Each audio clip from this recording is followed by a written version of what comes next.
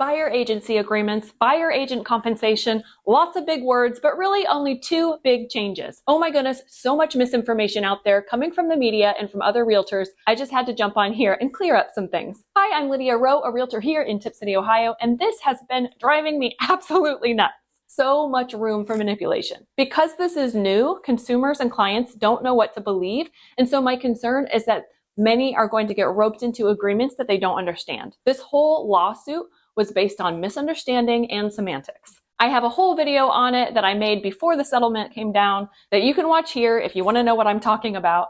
But this video, I'm covering the changes that have been put into place due to that settlement, and then we're going to talk about 5 potential side effects and issues. So first, what exactly is changing? I can tell you what is not changing. The news would have you believe that things like listing agreements and buyer's agency compensation has historically been dictated by NAR or by realtors, and that now these things are negotiable. That's just a flat out lie. Fees, percentages, who pays what, these things have been negotiable for decades. Yes, the industry has established norms that make sense, but both buyers and sellers alike have always had the freedom to negotiate contracts and also have had the freedom to forego representation entirely and represent themselves. What also hasn't changed is that the buyer's agents get paid. Yes.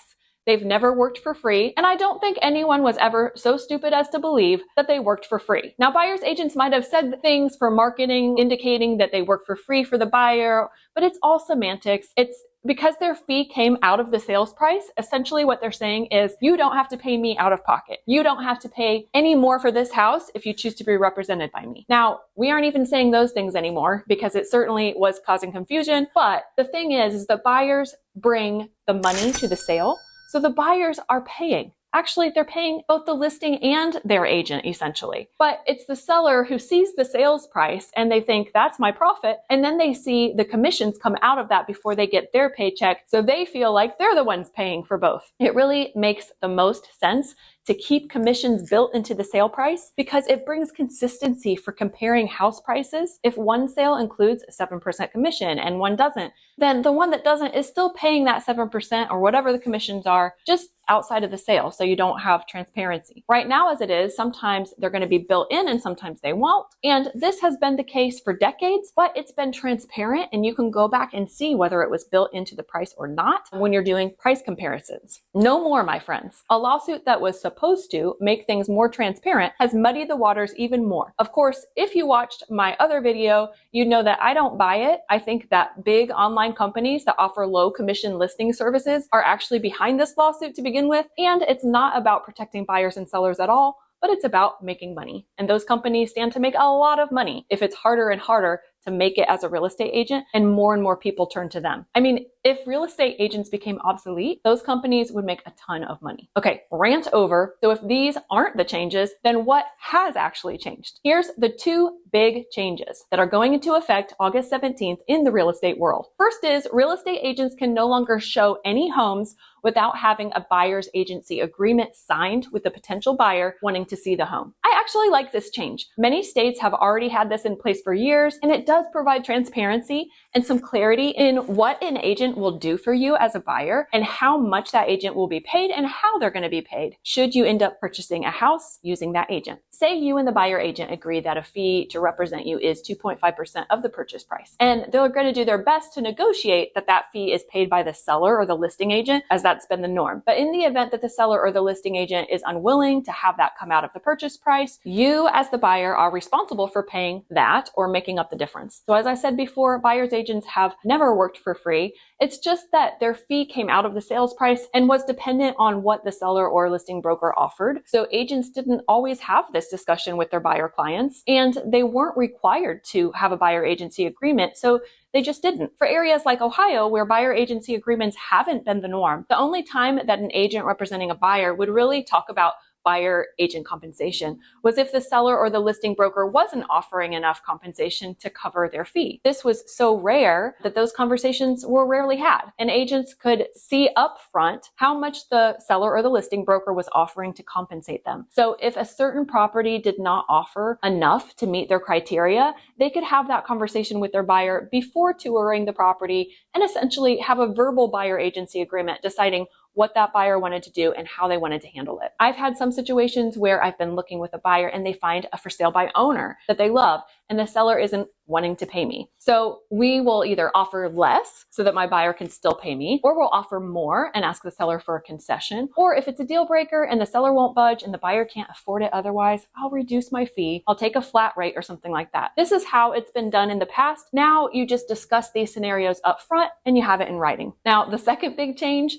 and the one that complicates everything the most, is that houses listing on the multiple listing service, or the MLS, this is the thing that pushes it out to Zillow, Trulia, Realtor.com, Homes.com, and any IDX website. We can no longer specify how much the seller or the listing broker is offering in compensation to a buyer's agent. What? There's no central location anymore to finding out this information. So if you as a buyer can't afford to pay the 2.5% or 3% or whatever fee you've agreed to with your buyer's agent, now instead of just going onto the MLS and seeing what's offered, your agent will need to call every single listing agent before taking you on a tour of that house to find out whether they're offering a buyer agent compensation. And if they're offering 0, or if they're offering under that 2% or whatever you agreed to, then you can either not even look at that house, or if you want to look and really want it, you can offer 2.5 above what you would have otherwise offered, but then ask for that 2.5% back in concessions at closing to cover the fee. Sellers look at the bottom line numbers, so usually they don't really have a problem with this as long as you offer above what you would have.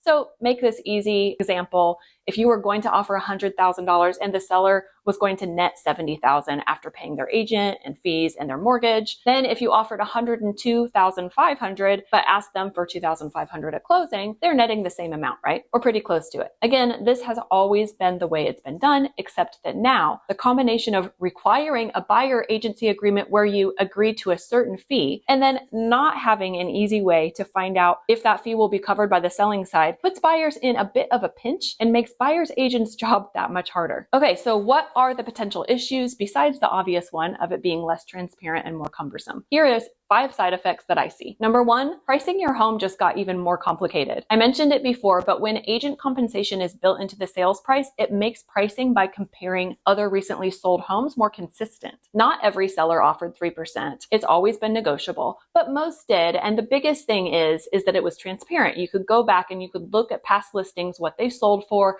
and whether or not agent compensation was offered. Now we won't know whether 0 was offered, 3%, 6%. So it makes pricing based on comparison other sales very difficult, especially in these initial months, as all our comparison numbers are based on built-in commission price like it's been, but we don't know yet whether this is going to continue. If all the properties that you're using as comparisons to price your home include 3% to the buyer's agent, and you're planning to offer 0, will you price your house 3% lower? See, that would be the most accurate comp. You see the problem? Number 2, ambiguity in contracts. Contracts are supposed to put it all on the table and make everything clear. But currently, the contracts real estate agents have available to us do not have enough room for all of the different scenarios. And right now, lawyers are cautioning us that we can't put like price ranges in buyer agency contracts. So here is the issue. Right now, you have to have a signed agency agreement before touring a home with a buyer, right? And in it, you have to specify your agreed upon fee, but you may or may not know how much of that a seller is offering up front. So in my practice, I generally charge 3% to represent either side, but I will sometimes accept maybe 2.5% on the buyer side if a seller's only offering 2.5%,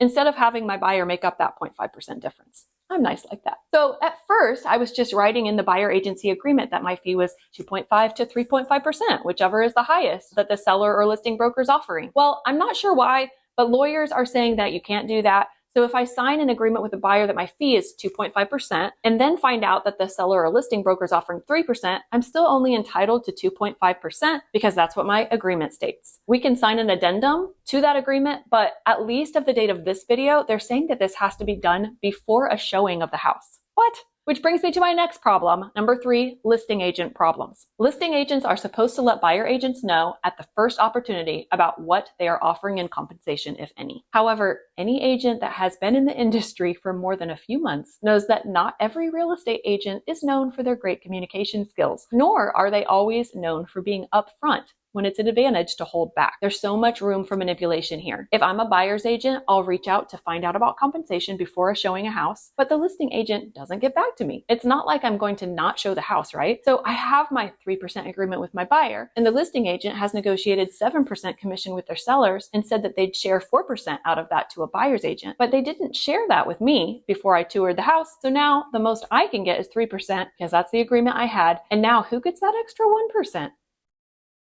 The listing agent, the one who didn't communicate in time for me to get an addendum signed with my buyer. Number 4, buyer agent problems. I'm already seeing this. Some agents are putting it out there that you must sign a buyer agent agreement before touring, which is true, but they fail to mention that the terms are negotiable and that you can sign an agreement for a single property or for a short amount of time. It makes sense to sign a wide agreement with a long term if you trust your agent and you've chosen them to work with you to help find and secure and negotiate your house and get to closing. It doesn't make sense to sign a 6-month agreement with someone you got when you booked a tour on Zillow. I know I, for one, want my client to feel confident and comfortable with the agreements that we have. And the last problem that I'll bring up is number 5, self-representation. Historically, self-representation has most greatly negatively affected lower income brackets. I'm concerned that because of the lack of easy access and transparency to how much buyer's agent compensation is being offered by the seller or the listing agent, and especially if there is a rise in more and more sellers and broker agents offering less or even offering no compensation, that this will greatly impact the lower income brackets and essentially force folks to either represent themselves, get discount services that aren't to their benefit, or put themselves in dual agency situations. I believe this would lead to people getting taken advantage of, or less ability for homeownership in general, and eventually more lawsuits that will eventually bring us right back to where we are now. There has been other industry standards before that made it difficult for buyers to have their own representation. Listing agents doing both sides used to be much more normal. There's a reason changes were made. I'm afraid that we are forgetting that. It's been so long that we forgot why we started building both sides of the commission into the sales price to begin with. Trust is key in these new waters. There's a lot of unknown, and there are so many situations that are not covered in the agreements that you sign. A good agent is going to be willing to work with you and will not want you losing out on a house due to a compensation dispute.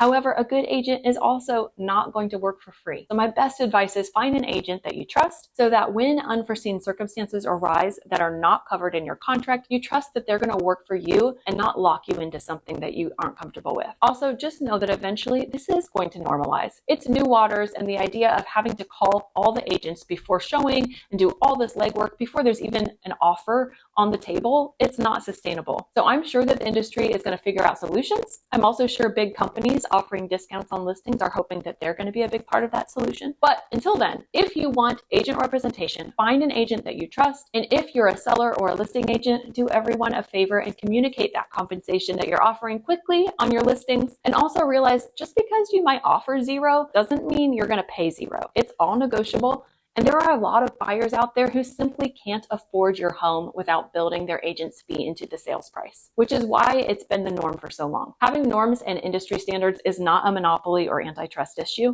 It's figuring out what works and what is sustainable. If you, as a seller or a listing agent, are unwilling to pitch in to compensate the work that buyers agents bring to the table to sell a house, you're going to be cutting into your buying pool for sure. But again, this has always been the case, and it's always been an option. It's just that now it's more complicated because buyers and their agents can't see it all up front anymore. Okay, well, this is an ever-changing topic, so I'm done for now. If you have questions, feel free to comment below or reach out. If you're thinking about buying or selling in the Dayton area of Ohio, I'd be more than happy to help. And if I'm not in your area, or if I'm not taking on new clients, I'd be happy to give you a referral to another trustworthy agent. I'll link my referral page in the description. Hope you enjoyed today's video, and don't forget to hit subscribe, like, and watch these next.